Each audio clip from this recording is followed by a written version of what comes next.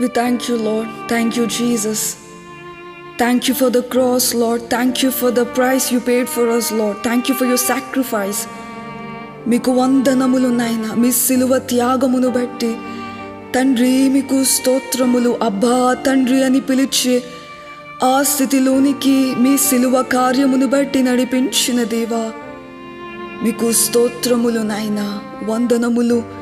పాప భారమెల్ల మోసి బరువు దించి వేసినావు, వ్యాధి భారమెల్ల మోసి వ్యాధి దించి వేసిన మరక్షకుడా మీకు వందనములు. జగదైక రక్షక మీకు స్తోత్రములు నాయనా, వందనములు, నమస్కారములు తండ్రి.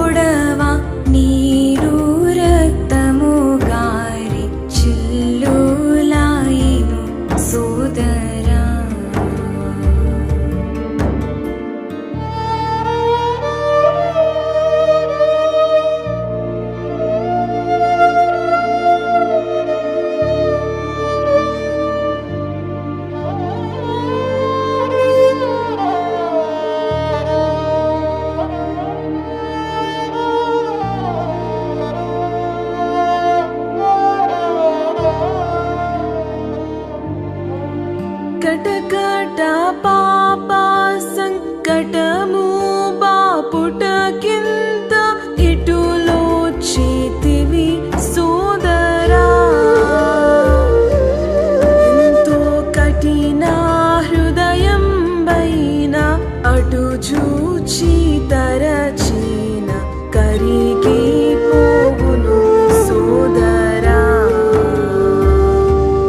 ఎంతో కఠిన హృదయం పైన అటు చూచి తరచిన కరిగి పోవును సోదరా.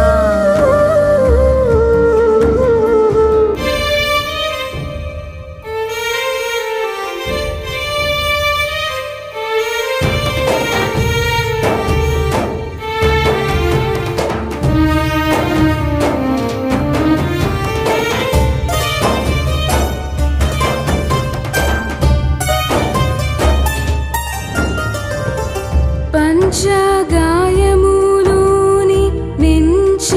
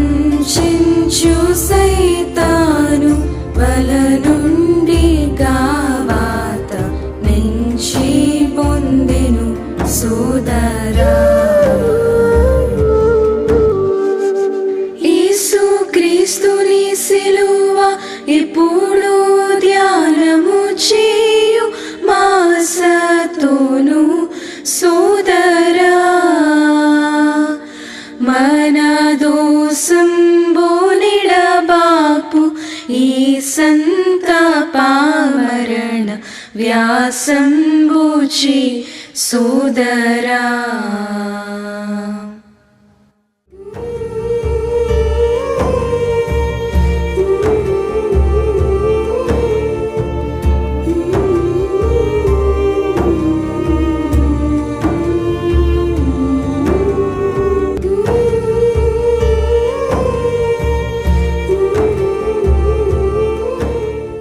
లేవియ కాండము 16వ అధ్యాయం 21, 22 వచనములు. అప్పుడు అహరోను సజీవమైన ఆ మేక తల మీద తన 2 చేతులు ఉంచి ఇశ్రాయేలీయుల పాపములన్నయు అనగా వారి దోషములన్నయు వారి అతిక్రమములన్నయు దాని మీద ఒప్పుకొని ఆ మేక తల మీద వాటిని మోపి తగిన మనుష్యుని చేత అరణ్యములోనికి దాని పంపవలెను.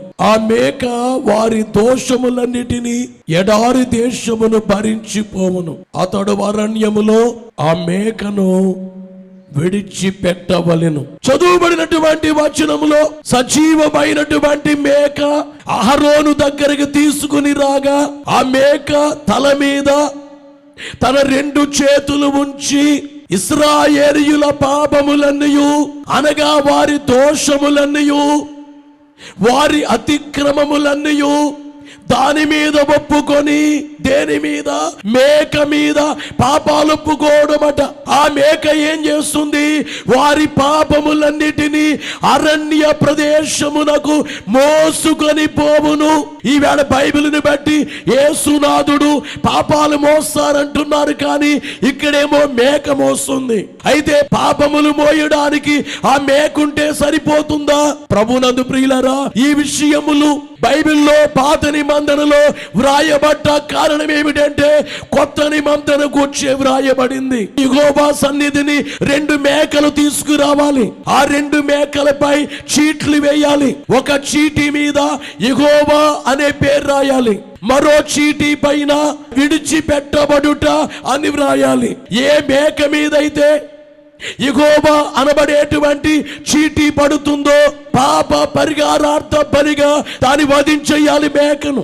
2వ చీటీ పడిన మేక విడిచిపెట్టబడిన మేక. ఇదేమిటండి? మేకలు వధించడం ఏమిటి? అంతకంటే ముందు కూడా పస్కా గొర్రె పిల్ల చూస్తాం. ఇశ్రాయేలీయులు ఐగుప్తు దేశములో ఉండగా దేవుడు చెప్పారు, పస్కా గొర్రె పిల్ల, ప్రతి ఇంటికి ఓ మేక పిల్ల లేక గొర్రె పిల్ల కావాలి. ఆ మేక పిల్లనే లేక గొర్రె పిల్లనే వధించాలి. వధించినటువంటి గొర్రె పిల్ల మేక పిల్ల రక్తాన్ని పళ్ళెములో పట్టాలి. పళ్ళెములో పట్టిన రక్తాన్ని ఇశ్రాయేలీయుల గుమ్మమునకు రాయాలి.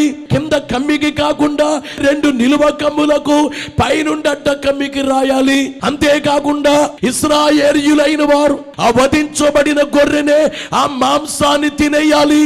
ఇంతకీ 2 మేకలు అలాగే పస్కా గొర్రె పిల్ల, వీటి వెనుక ఉండే రహస్యం, వీటి వెనుక ఉన్నది యేసునాథుడే.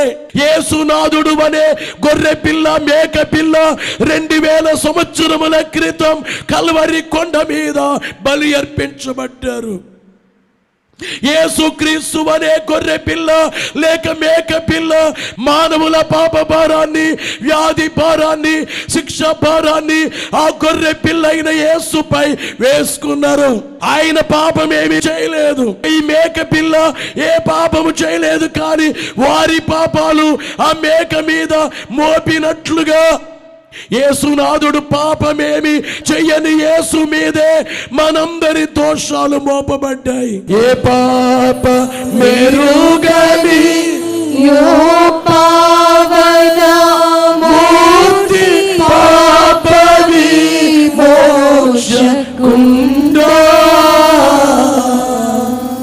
నా పాలి దైవమా నా పాపముల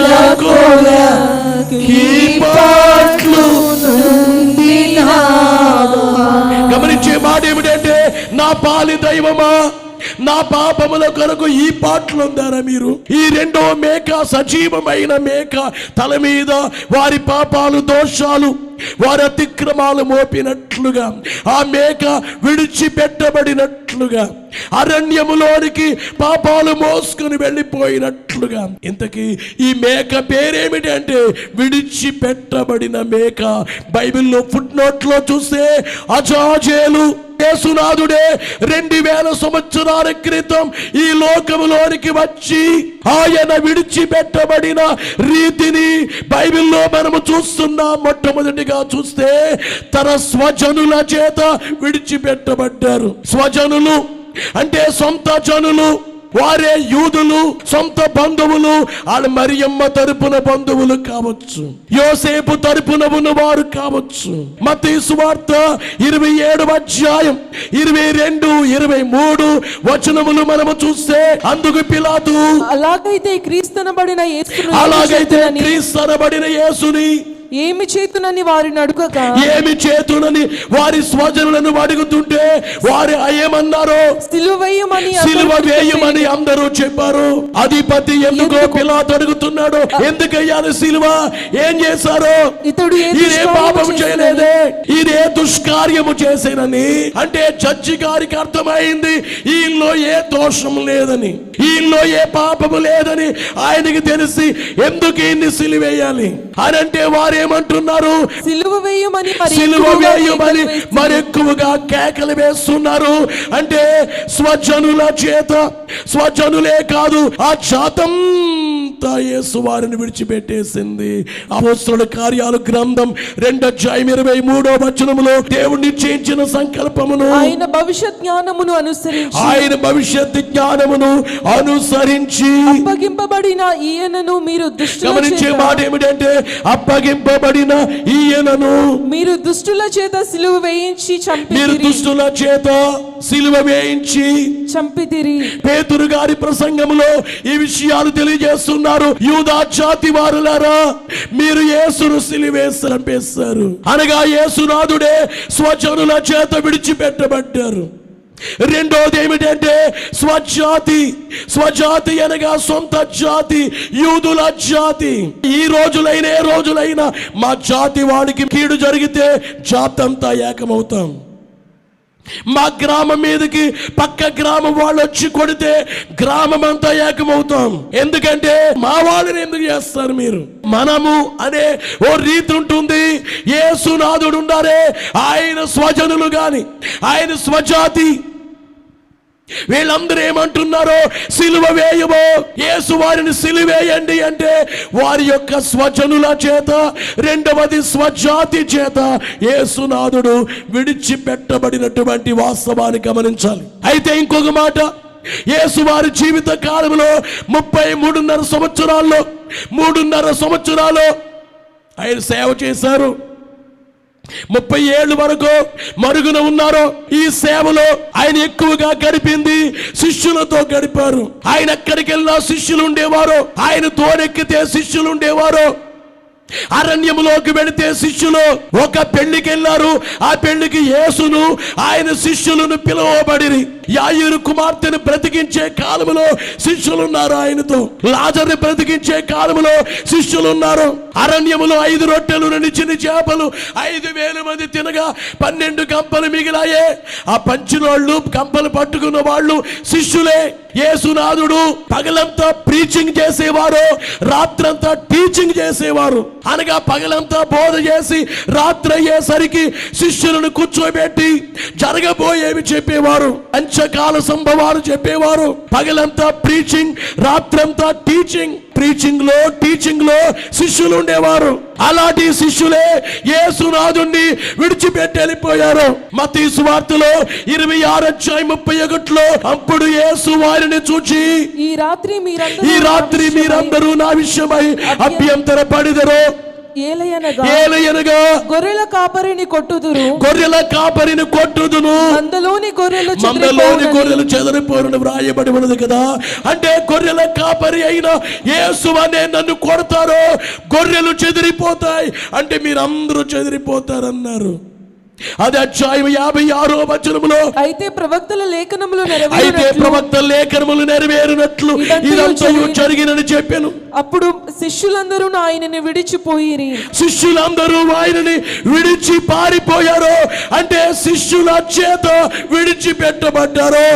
ఏ కోర్టులోనైనా కానీ శిష్యుల్లో ఎవరైనా కానీ వచ్చి, అయ్యో ఈయన మా గురువు గారండి, ఎందుకు ఈయన ఇలా చేస్తున్నారు, ఈయన కుంటు వారిని నడిపించిన గురువు అండి, సామాన్యమైన గురువు కాదు, ఈయన టీచింగ్ అంతా మేము ఎరిగిన వారము, ఆయన ఎవరికి అన్యాయం చేయలేదు, ఎవరిని ఏమన్నా ఆయన కాదు, ఆయనలో పాపము లేదు, ఉపకారాలే గాని అపకారాలు లేవు ఆయన చేసేవి, ఎందుకు ఇలా చేశారో. ఓ పాస్టర్ గారికి శ్రమ వచ్చిందనుకోండి, సంఘం అంతా ఏకమైపోదా? గురువు గారికి శ్రమ వస్తే శిష్యులందరూ ఏకమైపోరా? ఇక్కడ ఏమిటంటే యేసు వారిని అందరూ విడిచిపెట్టేశారు. ఎందుకంటే లేఖనము ముందుగానే ఏం జరుగుతుందో చెప్పబడింది, అలాగే జరిగింది. శిష్యుల చేత యేసునాథుడు విడిచిపెట్టబడ్డారు. సరేనండి, స్వజనులు గాని స్వజాతి గాని అలాగే శిష్యులు గాని అందరూ మనుషులు, కానీ దేవునికి మనలాంటి మనుషులే కాకుండా ఆయనకున్న వారు ఎవరంటే కోట్ల మంది దేవదూతలైన వారు ఉన్నారు. 91వ దావీదు సంకీర్తన 12వ వచనములో, నీ పాదములకు రాయి తగలకుండా వారు నిన్ను తమ చేతుల మీద ఎత్తి, ఎవరో దేవదూతలు నిన్ను ఎత్తి పట్టుకుంటారట.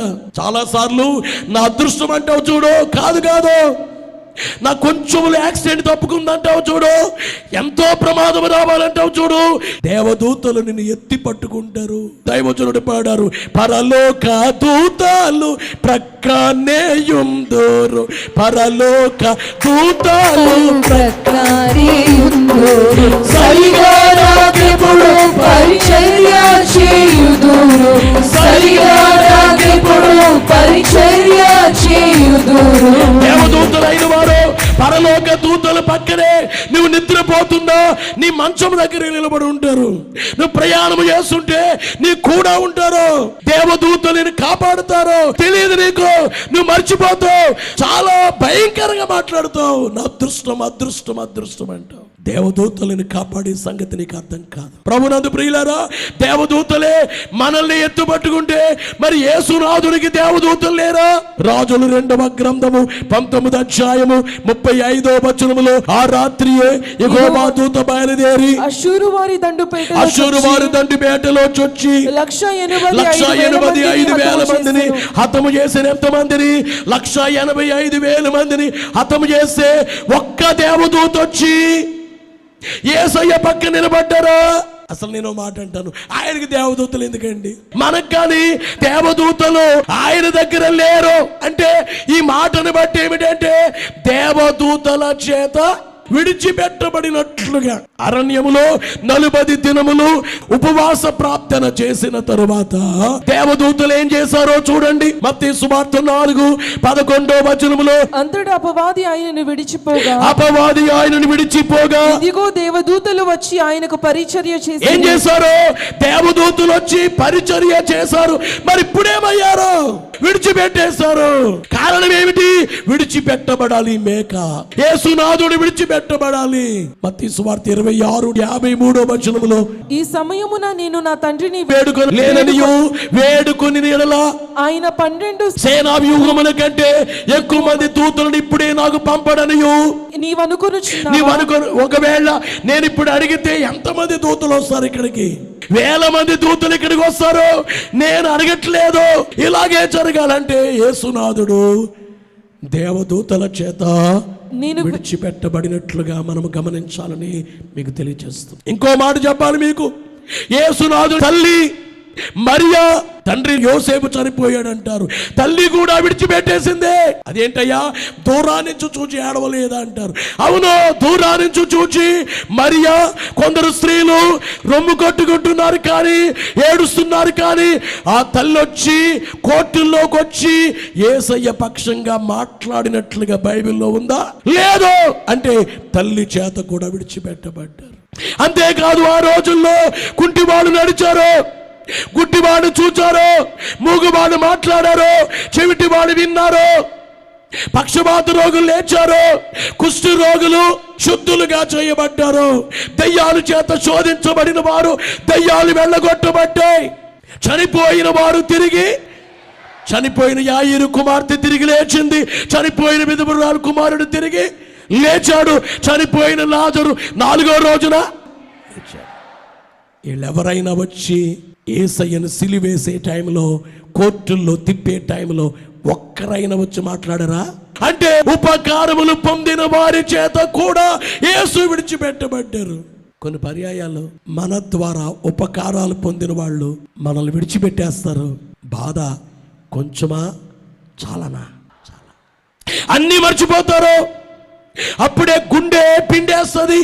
ఏంటి, నేను మేలు చేశానే, ఉపకారం చేశానే, నాకు అపకారం చేస్తున్నారేంటి, నన్ను శత్రువుగా చూస్తున్నారే. నిజంగా ఉపకారాలు పొందిన వాళ్ళే మర్చిపోతే, ఉపకారాలు పొందిన వాళ్ళే శత్రువులుగా ఉంటే, ఉపకారాలు పొందిన వాళ్ళే ముఖం పక్కన పెట్టుకుంటే, ఉపకారాలు పొందిన వాళ్ళే నేను శత్రువుగా చూస్తే బహుశా అంతకంటే భయంకర శ్రమ ఉండదేమో అనిపిస్తుంది. అవునా కదా? యేసునాథుని ఉపకారం చూడండి. ఎవరో చేయని ఉపకారాలు ఆయన చేయలేదా? భూమి ఇచ్చింది ఆయన, ఆకాశం ఇచ్చింది ఆయన, సూర్య నక్షత్రాలు ఇచ్చింది ఆయన, పక్షి జాలము, జంతు జాలము, వృక్ష జాలం, కొండలు, బండలు, నదులు, సరీసృపాలు, సముద్రం అన్నిచ్చిన ఆయన. తల్లి గర్భములో ఉండగా అవయవాలు ఇచ్చింది ఆయన.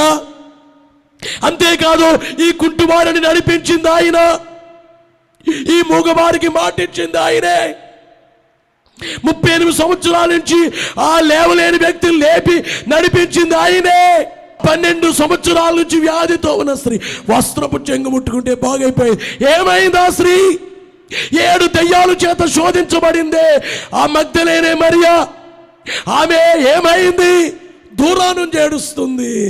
అంతేగాని యేసయ్య పక్షంగా వచ్చి మాట్లాడలేదు. ఉపకారాలు పొందిన వారి చేత విడిచిపెట్టబడ్డారు. అది 6వ విషయం.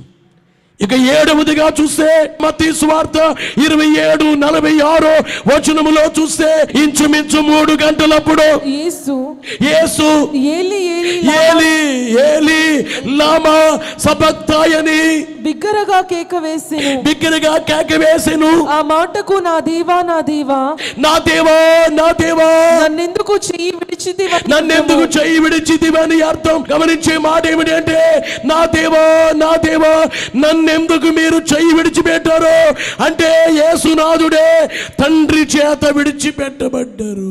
నరుడావు కాకున్నా ఎడాల, నరుడావు కాకున్నా ఎడాల,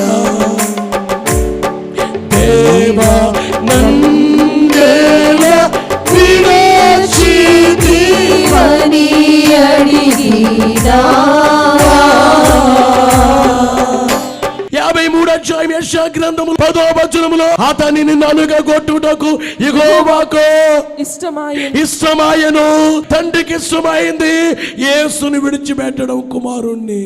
అంటే తండ్రి చేత విడిచిపెట్టబడ్డారు. నా దేవా దేవా నన్నెందుకై చేయి విడాచితి. శ్రీదేవా సూత పలికితివి శ్రమ, శ్రీదేవా సూత పలికితివి శ్రమ, చెప్పసఖ్యమా.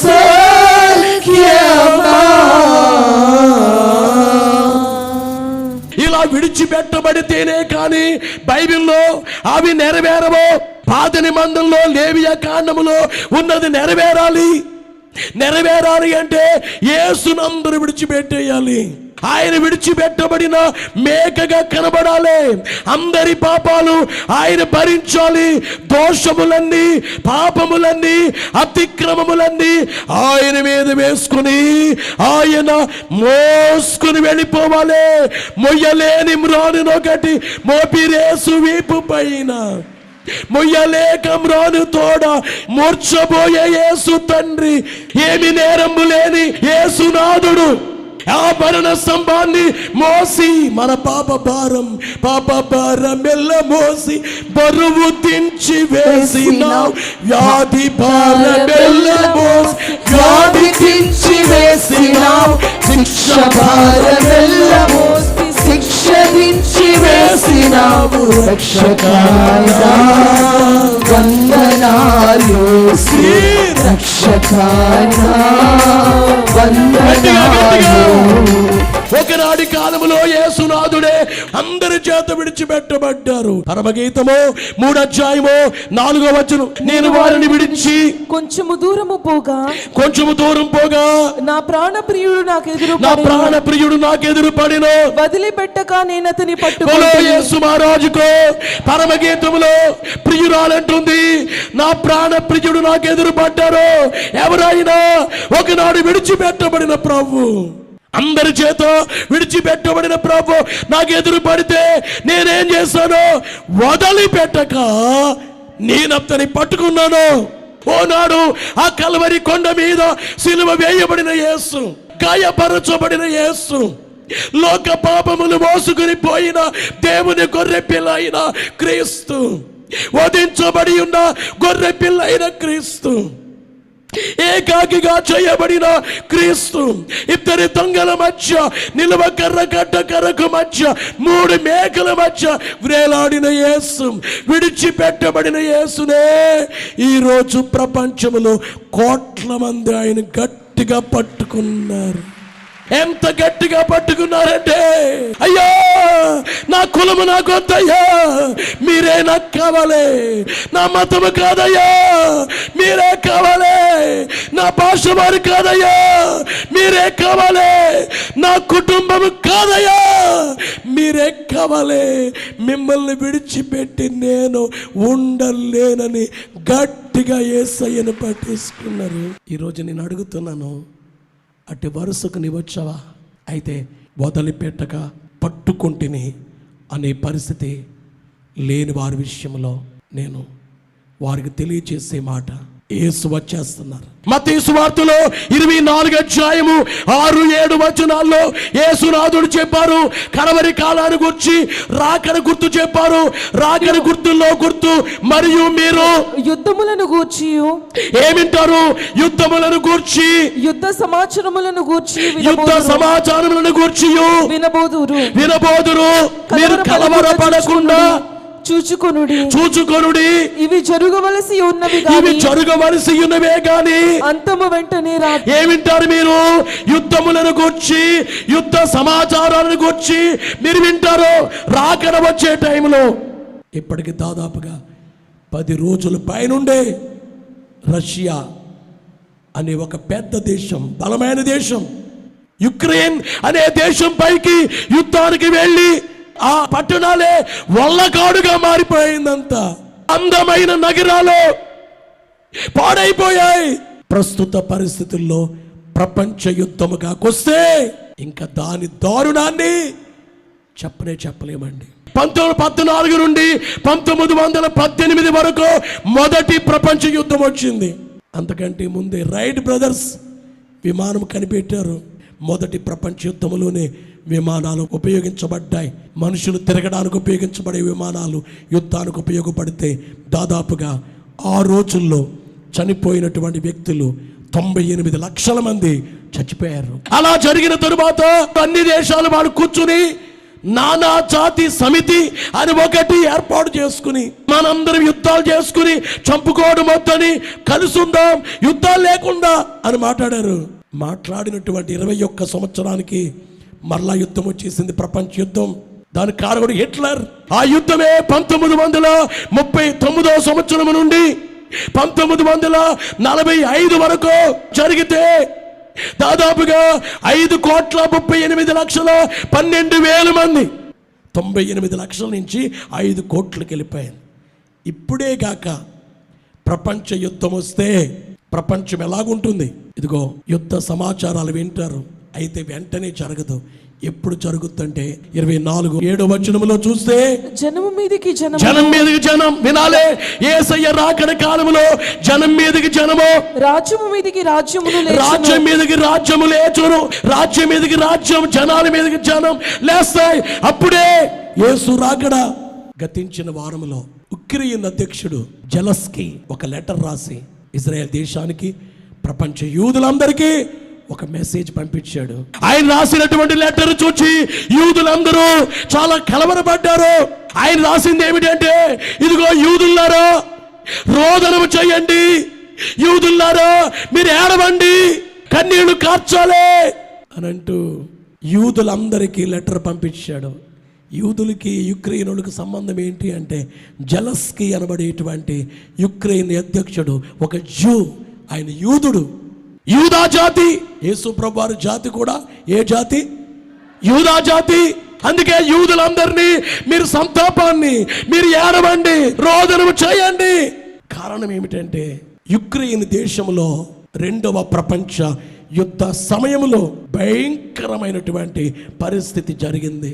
హిట్లర్ అన్నాడు, యూదుడే ఈ గడ్డ మీద ఉండకూడదని 60 లక్షల మందిని చంపేశాడు హిట్లర్.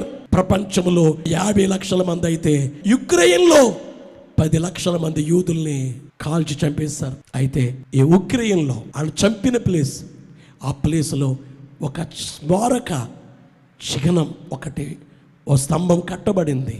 అందుకనే ప్రపంచంలో ఉండే యూదులందరూ యుక్రెయిన్కి వస్తారు, అక్కడే ప్రార్థనలు చేస్తారు, రోజు వస్తుంటారు ప్రపంచ దేశాల నుంచి. అయితే ఇప్పుడు యుక్రెయిన్ లో దాదాపుగా 2 లక్షల మంది యూదులైన వారు యుక్రెయిన్ లో ఉన్నారు. ఈ లెటర్ పంపించాడు. వెంటనే ఇజ్రాయెల్ గవర్నమెంట్ స్పందించి ఆ దేశానికి మెడిసిన్ పంపించింది. బైబిల్ చెప్పేది ఏమిటంటే, అనేక దేశాలు కలిసి ఇజ్రాయేలు పైకి వెళతాయి యుద్ధం చేయటానికి. యోవేలు గ్రంథం 3:9 అన్యజనులకు ఈ సమాచారము ప్రకటన చేయుడి. అన్యజనులకు అంటే యూదులు కాని వాళ్ళందరికీ ఈ ప్రకటన, యుద్ధము ప్రతిష్ఠించుడి. ఏం చేయాలి? యుద్ధాన్ని ప్రతిష్ఠించండి. బలార్జులు రేపుడి. యోధులందరూ సిద్ధపడి రావలేను. యెరూషలేము పైకి యోధులందరూ వెళ్తారు. అందులో రష్యా కూడా ఉంటుంది. చుట్టూ ఉండే అరబ్ దేశాలు 22 దేశాలు ఉన్నాయి. 22 దేశాల వాడికి ఇజ్రాయెల్ దేశం అంటే అసలు అక్కడ చూస్తే చాలా ఆశ్చర్యం వేస్తుంది. చుట్టూ శత్రు దేశాలు, ఒక్క దేశమే ఆ మధ్యలో అలా కనబడద్ది.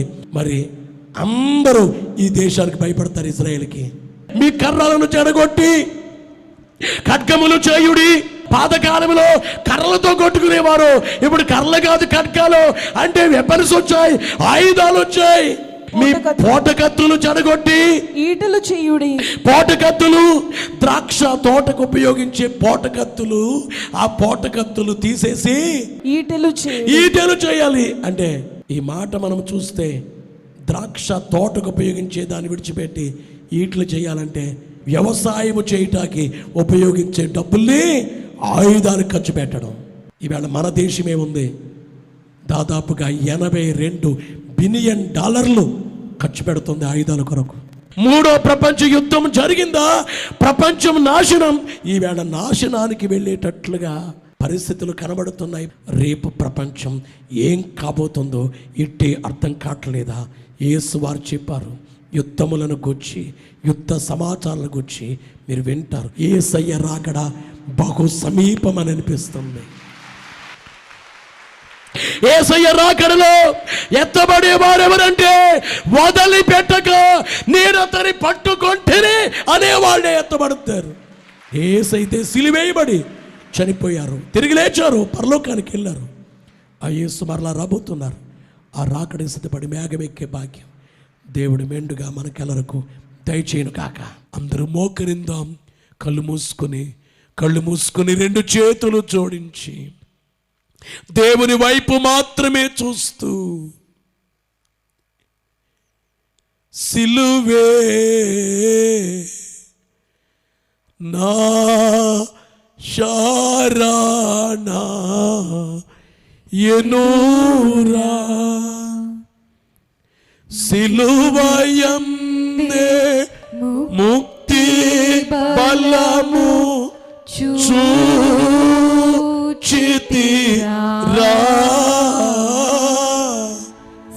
సిలువయందే ముక్తి బలము చూచితిరా నీ సిలువే నాశరా నాయనురా సిలువను చూచు కొలది శిల సమానమైన మనసు సిలువను చూచు కొలది శిల సమానమైన మనసు నలిగి కరిగి నీరగుచు నదిరా నలిగి కరిగి నీరగుచు నదిరా ఈ సిలువే నాశరా నాయనురా సిలువను వ్రాలి యేసు పలికిన పలుకులందు సిలువను వ్రాలి యేసు పలికిన పలుకులందు విలువలేని ప్రేమామృతము చూచితివా విలువలేని ప్రేమామృతము చూచితిరా ఈ సిలువే నాశరా నాయనురా శరణు యేసు శరణు శరణు శరణు శరణు నా ప్రభువా శరణు యేసు శరణు శరణు శరణు శరణు నా ప్రభువా దురిత దూరుడని దరిచే రీతిరా దురిత దూరుడని దరిచే రీతిరా ఈ సిలువే నాశరా నాయనురా విలువైనటువంటి అమూల్యమైనటువంటి కళంకము లేని ఆయన రక్తాన్ని నిష్కల్మషుడును పవిత్రుడును నిర్దోషియు నిష్కల్మషుడును పాపులలో చేరక ప్రత్యేకముగా ఉన్నవాడును ఆకాశ మండలము కంటే మిక్కిలి హెచ్చైన వారైనటువంటి యేసుక్రీస్తు ప్రభు ఎందుకు పనికిరానటువంటి అయోగ్యులము నీచులము భయంకరులము అయినటువంటి మన కొరకై నీతిమంతుడై ఉన్నటువంటి యేసుక్రీస్తు వారు పొందినటువంటి ఆ సిలువ యొక్క కార్యాన్ని అన్యాయపు తీర్పు నొందినటువంటి క్రీస్తు ప్రభువారి యొక్క సిలువ శ్రమలను తలంచుకొనుచు ఆయనలో ఉన్న శక్తిని సిలువ కార్యము ద్వారా దేవుడు మనకు అనుగ్రహించుచున్న ఆ శక్తిని మనం పొందునట్లు ఇటు సమయాన్ని మనకు అనుగ్రహించి అన్న అనబడే ఆ ప్రధాన యాజకుడు, మాజీ ప్రధాన యాజకుడు ప్రభునే నిలవబెట్టి రాత్రి కాలమందు అన్యాయపు తీర్పు తీర్చారే. అమ్మా అయ్యా, అనేక పర్యాయములు అన్యాయమునకు మనము గురైనప్పుడే మనుష్యులమైన మనమే భరించలేమే. కానీ నీ నా పాపములను తీసివేయడానికై ఈ లోకానికి నరునిగా వచ్చివేసినటువంటి దేవుడు యేసుక్రీస్తు ప్రభువారు నీ కొరకు నా కొరకు రాత్రి కాలమందు ఒక దోషి వలె ప్రభు నిలువబెట్టి అన్యాయముగా తీర్పు తీర్చినప్పుడు నీ కొరకైన సహించుకున్నటువంటి, మన కొరకైన భరించినటువంటి, ఓర్చుకున్నటువంటి, సహనమును కలిగినటువంటి యేసుక్రీస్తు ప్రభువారి వైపు చూద్దాము. ప్రధాన యాజకుడయున్న ఇట్టి ప్రధాన యాజకుడు మనకు సరిపోయిన వాడు అని వ్రాయబడినట్లు, అసలైనటువంటి ప్రధాన యాజకుడయున్న యేసుక్రీస్తు ప్రభువారే మానవుని యొక్క తీర్పు ఎదుట అన్ననబడే ఆ మాజీ ప్రధాని యొక్క తీర్పు తీర్చినప్పుడే నీ కొరకు నా కొరకు మౌనముగా భరించి సహనాన్ని కలిగి ఉన్న ప్రభుని నిదానించు చూద్దాము. అతని కన్నులు ద్రాక్షరసము చేత ఎర్రగాను, అతని పళ్ళు పాల చేత తెల్లగాను ఉండును అని యాకోబు గారు ముందుగాని యోధా గోత్రములో జన్మించినటువంటి ప్రభును గూర్చి ముందుగాని యాకోబు గారు ప్రవచించినట్లు ఆదికాండము 49వ అధ్యాయము 12వ వచనములో యేసుక్రీస్తు వారి యొక్క శ్రమల యొక్క రక్తధారను గుర్తు చేస్తూ ప్రవచించినటువంటి ఆ ప్రవచనము, అతను కన్నుల నుండి రక్తము కారునని, యేసుక్రీస్తు వారి కన్నుల నుండి రక్తము కారునని, అతని కన్నులు ద్రాక్షరసము చేతారు ఎర్రగా నుండిను అని ప్రవచించినట్లు, అమ్మా అయ్యా, యేసువారు కన్నులే ఎర్రగా ఉన్నవి, రక్తము చేత నింపబడి ఉన్నవి. ఆయన శరీరం అంతా రక్తముతో నింపబడి ఉన్నది.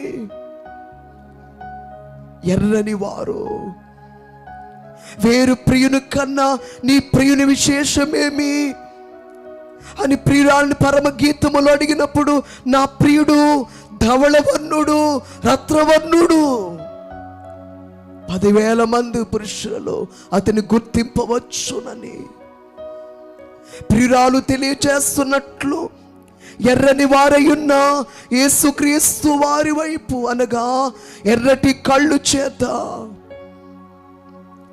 ద్రాక్షరసము చేత నింపబడినటువంటి ఆయన కన్నులు ద్రాక్షరసము చేత ఎర్రగా రక్తముతో నింపబడినటువంటి ఆయన కన్నులు.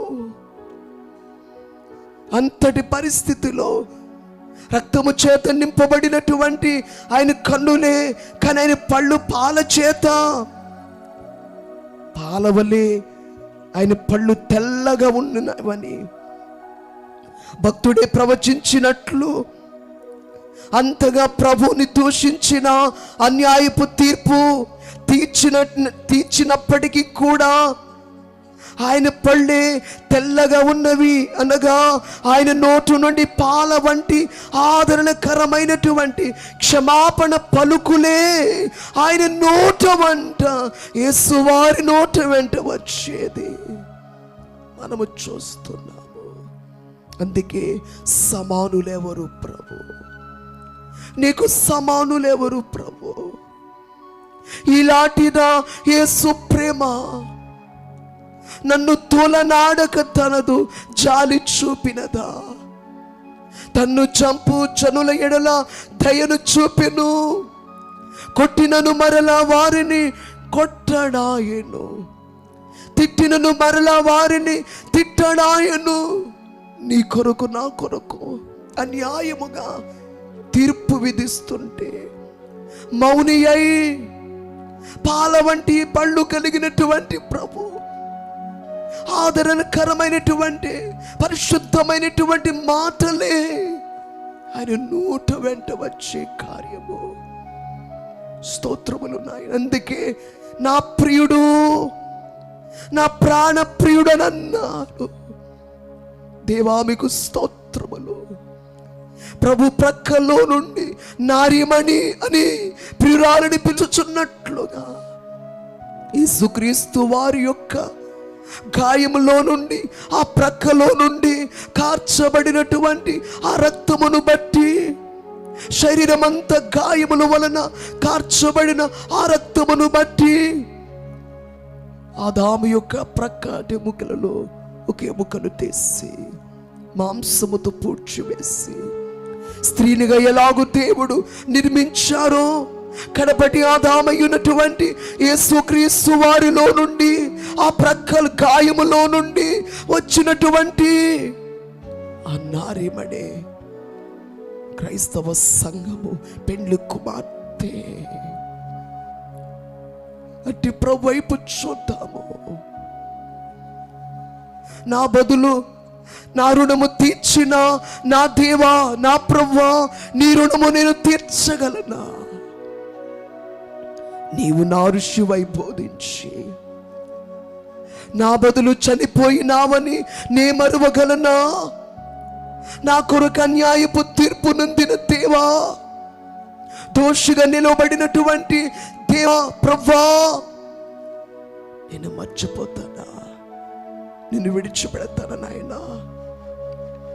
వదిలిపెట్టక నేను అతని పట్టుకుంటునని ప్రియురాలు పలుకుచున్నట్లు సత్యవంతుడవై ఉన్నటువంటి యేసుక్రీస్తు ప్రభువా, మీరు నాకు కావాలి నాయనా, మీరు నాకు కావాలి నాయనా. నా కొరకై కోర్టులో నిలవబడిన దేవా, అన్యాయపు తీర్పు పొందిన దేవా, నా కొరకు నోరు మెదపనటువంటి ప్రభువా, నా కొరకు సహించుకున్నటువంటి దేవా, నన్ను రక్షించడానికై పాట్లు పొందినటువంటి ప్రభువా, మీరు నాకు కావాలి నాయనా. మీరు లేని జీవితం నాకు కొద్దయ్యా. తండ్రి మీకు స్తోత్రములు, స్తోత్రములు, స్తోత్రములు నాయనా. నా వంటి నరుడొకడు నన్ను ప్రేమించినా, నా వలన ఫలము కోరు.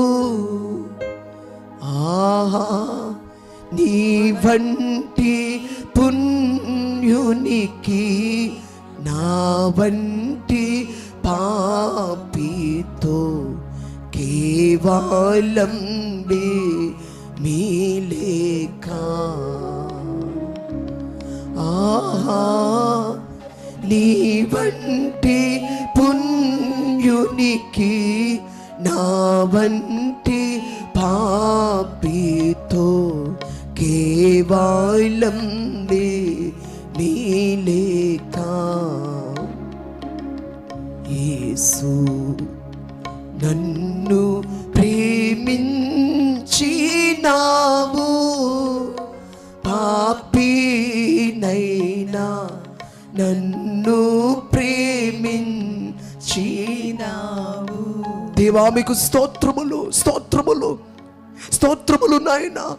నిర్దోషులుగా మమ్మల్ని నిలబెట్టుటకై దేవా, నిర్దోషులుగా మమ్మల్ని నిలబెట్టుటకై, దోషము లేనటువంటి మీరు ఒక దోషువలే మా కొరకు నిలబడినటువంటి ప్రభువా, కోర్టుల్లో నిలబడినటువంటి ప్రభువా, అన్యాయపు తీర్పు నొందిన దేవా, మమ్మను సత్యవంతులుగా చేయడానికై దేవా, మీ సత్య మార్గములు మమ్మల్ని నడిపించడానికై అన్యాయపు తీర్పును పొందినటువంటి యేసుక్రీస్తు ప్రభువా, మా భారములు భరించినటువంటి దేవా, మా పాప భారమును, మానవులపై ఉన్న భారములను, పాప భారమును, వ్యాధి భారమును, శిక్ష భారమును మీపై వేసుకుని మోసినటువంటి దేవా, మీకు స్తోత్రములు నాయనా. దేవా, మీకు స్తోత్రములు, స్తోత్రములు, స్తోత్రములు నాయన. ఇటు ప్రధాన యాజకుని మీరు మాకు అనుగ్రహించిన పరలోకపు తండ్రి దేవా, మీకు స్తోత్రములు, స్తోత్రములు నాయన. నా రుణము తీర్చిన నా దేవా, నా ప్రభువా, నీ రుణము తీర్చగలనా? నీవు నా ఋషివై బోధించి నా బదులు చనిపోయి నా బాని మరు ఆకల. నీవు నా ఋషివై బోధించి నా బదులు చనిపోయి నా బాని మరువాకలనా? మూడు సిలువలు మోసితివా నాకై, మూడు సిలువలు మోసితివా. పుట్టబోవు శిశువు పరిశుద్ధుడై దేవుని కుమారుడనబడునని గబ్రియేలు దేవదూత కన్యను మరియతో సెలవిచ్చినట్లు పరిశుద్ధుడవై ఉన్న ప్రభువా, మా పాపములు కొరకాయి, మా అపరాధములు కొరకాయి, మా దోషములు కొరకాయి, మా కొరకాయి అన్యాయపు తీర్పు నొందినటువంటి ప్రభువా, మీ విలువైన రక్తాన్ని మాకు అనుగ్రహించిన దేవా, యేసు రక్తము ప్రతి పాపము నుండి మనలను పవిత్రులుగా చేయుననబడే యోహాను రాసిన మొదటి పత్రిక 1వ అధ్యాయం 7వ వచనములో వ్రాయబడినట్లు ప్రతి పాపిని పరిశుద్ధునిగా చేసే మీ రక్తాన్ని సిలువ శ్రమను పొంది సిలువలో వేలాడి అన్యాయపు తీర్పును విలువైన రక్తాన్ని మాకు అనుగ్రహించిన దేవా, మమ్మల్ని రక్షించగలిగే, పాపులను రక్షించే రక్తమును యేసుక్రీస్తు వారి యొక్క సిలువ కార్యమును బట్టి దేవా తండ్రి మీకు స్తోత్రములు నాయన. యేసుక్రీస్తు ప్రభు వందిన చేయమే ఎల్లవారి కవును, కోరిన వేడిన నమ్మిన ఎల్లవారి కవునన్నట్లు యేసుక్రీస్తు వారికి శ్రమల ద్వారా రక్తము ద్వారా సర్వమానవాళికి మీరు అనుగ్రహించుచున్న ఆత్మలకు గొప్ప రక్షణ కార్యమును బట్టి తండ్రి మీకు స్తోత్రములు, స్తోత్రములు, స్తోత్రములు. మీ వాక్యము ప్రతి వారిలో భద్రపరచండి నాయన. వాక్యమును ధ్యానించి దేవా, మీ రాజ్యమునకు ప్రభు యొక్క 2వ రాకడకు ప్రతి ఒక్కొక్కరు సిద్ధపరచబడినట్లు మీ కార్యమును జరిగించండి ఆయన. మా కొరకు సమస్తమును భరించినటువంటి సిలువ వేయబడి చనిపోయి సమాధిలో ఉంచబడి 3వ దినమందు తిరిగి లేచి ఆరోహణమై మరలా రానయ్యున్న యేసుక్రీస్తు వారి యొక్క శ్రేష్టమైన నామమున వేడుకొనుచున్నాము పరమ తండ్రి, ఆమేన్. అందరూ చెప్పండి, దేవా నాకు కనబడుము, నాతో మాట్లాడుము.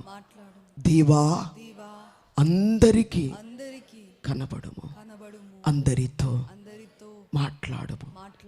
మౌనముగా కళ్ళు తెరవకండి, దేవుని వైపు చూద్దాం.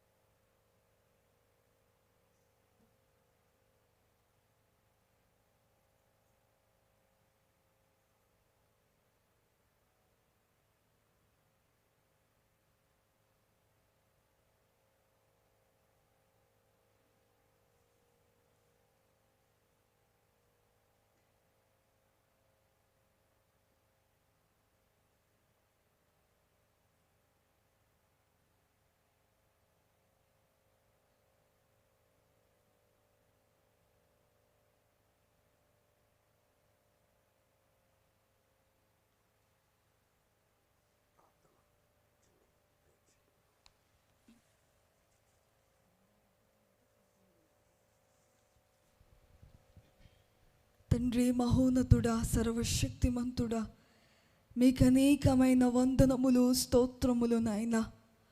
అన్నా కైఫ వారల సభలో 5 కోర్టులలో నిలవబెట్టబడి మా విషయమై నిందించబడ్డారయ్యా. మమ్మును నిందారహితులుగా చేయడానికై మా నిందనంతటిని మీ మీద వేసుకొని నిందించబడ్డారు, నిందించబడుటకు ఇష్టపడ్డారు. బొచ్చు కత్తిరించి వాని యొద్ద గొర్రె మౌనముగా ఉన్నట్లు మా విషయమై మమ్మను రక్షించడానికై మౌనముగా నిలవబడ్డారయ్యా. మీకు స్తోత్రములు నాయన.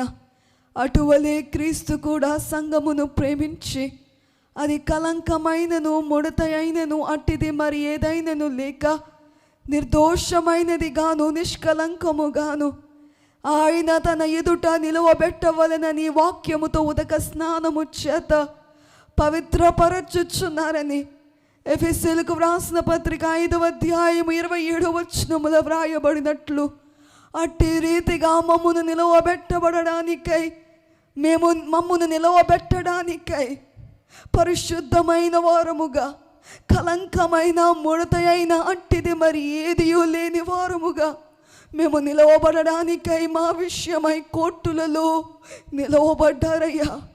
తండ్రి, ఆ కార్యాన్ని మేము గుర్తించి పాపమును ద్వేషించి మిమ్మను హత్తుకొని జీవించున్నట్లు మీ సహాయమును ప్రతి ఒక్కరికి అనుగ్రహించుమని, మీరు ఏ విషయమై శ్రమను అనుభవించారో, ఏ విషయమై చనిపోయి తిరిగి లేచారో ప్రభువా, ఆ రాకడలో మీ పరలోక రాజ్యమునకు తీసుకుని వెళ్ళాలని, మీతో పాటు ఉంచాలని ఇంత శ్రమను అనుభవించారయ్యా. మేము మీరు అనుకున్న ఉద్దేశములను నెరవేర్చుటకు మీ ఆత్మ సహాయమును మాకు అనుగ్రహించి మీ రాకకు మమ్మను సిద్ధపరచుమని, మహిమ ఘనత కీర్తి ప్రభావములు మెండుగా పొందుమని, మీరే స్తుతింపబడుమని కీర్తించబడుమని త్వరగా వచ్చుచున్న నజరేయుడైన యేసు క్రీస్తు ప్రభువారి నామమున స్తుతించుచు వేడుకొనుచున్నాము పరమ తండ్రి. ఆమేన్. పరలోకమందున్న మా తండ్రి, మీ నామం పరిశుద్ధపరచబడు గాక, మీ రాజ్యం వచ్చును గాక, మీ చిత్తం పరలోకమందు నెరవేర్చున్నట్లు భూమి యందు నెరవేరును గాక. మా దినహారము నేడు మాకు దయచేయము. మడల అపరాధములు చేసిన వారిని క్షమించిన ప్రకారము మా అపరాధములను క్షమించము. మమ్మను శోధనలోనికి తేక కీడు నుండి తప్పించము. రాజ్యము, శక్తియు, మహిమయు నిరంతరము మీరై ఉన్నారు తండ్రి. ఆమేన్. ప్రవేశ రక్తమునకు జయము, అపవాది క్రియలకు లయ. ప్రవేశ రక్తమునకు జయము, అపవాది క్రియలకు లయ. ప్రవేశ రక్తమునకు సంపూర్ణ విజయం, అపవాది క్రియలకు అనంతకాల నాశనం. హల్లెలూయా, హల్లెలూయా, హల్లెలూయా.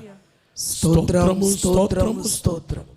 ఆమేన్, ఆమేన్, ఆమేన్. మన ప్రభువైన యేసుక్రీస్తు వారి శాశ్వతమైన కృప, తండ్రి యొక్క దేవుని ప్రేమ, పరిశుద్ధాత్ముని యొక్క దీవెన, శిలువ శక్తి మీకు అనుగ్రహించి బలపరచి మహిమకు సిద్ధపరచి మేఘమెక్కించును గాక. ఆమేన్. నిత్యము దేవుడు మహిమ నొందును గాక. ఆమేన్.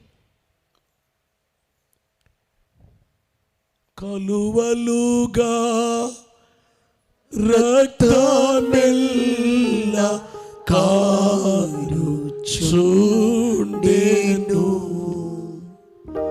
కలువలుగా రక్తమెల్ల కారుచుండెను,